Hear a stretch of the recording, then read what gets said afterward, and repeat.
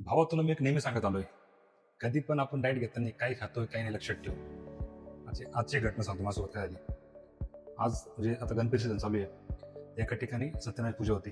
तिथे गेलो, त्यांनी मला एक दिला गुलाबजाम. आता म्हणलं याच्यामुळे जर कोणाचा फायदा होतोय, 4 गोष्टी लोकांना कळत आहेत, आपण नक्की सांगितलं पाहिजे. तो गुलाबजाम मी तिथे न खाता घरी घेऊन आलो तुमच्यासाठी. तर त्यामध्ये असं झालं की गुलाबजाम खाताना किती कॅलरीज याच्यामध्ये, किती कॅलरीज असता, किती इंटेक होता, हे खूप मॅटर करतं. सरासरी एक गुलाबजाममध्ये 400 ते 500 कॅलरीज असतात. तर विचार कर तू, तुझा जर सरासरी दररोजचा अव्हरेज आहे 2000 कॅलरीजचा, आणि तू असे 4 गुलाबजाम जर खाल्ले, 4×5 = 20, कमीत कमी तुला 2000 कॅलरीज भेटतील. भूक भागल की नाही? भूक तर भागणार नाही, पण याने काय होईल, तुझा फॅट जास्त वाढत जाईल. ना की प्रोटीन भेटेल, ना जास्त कार्ब भेटेल, पण अनहेल्दी फॅट जास्त वाढत जाईल. त्यापेक्षा मित्रा, कधी पण आपण काय खातोय काय नाही आणि लक्षात ठेव, त्या हिशोबाने डाएट कर.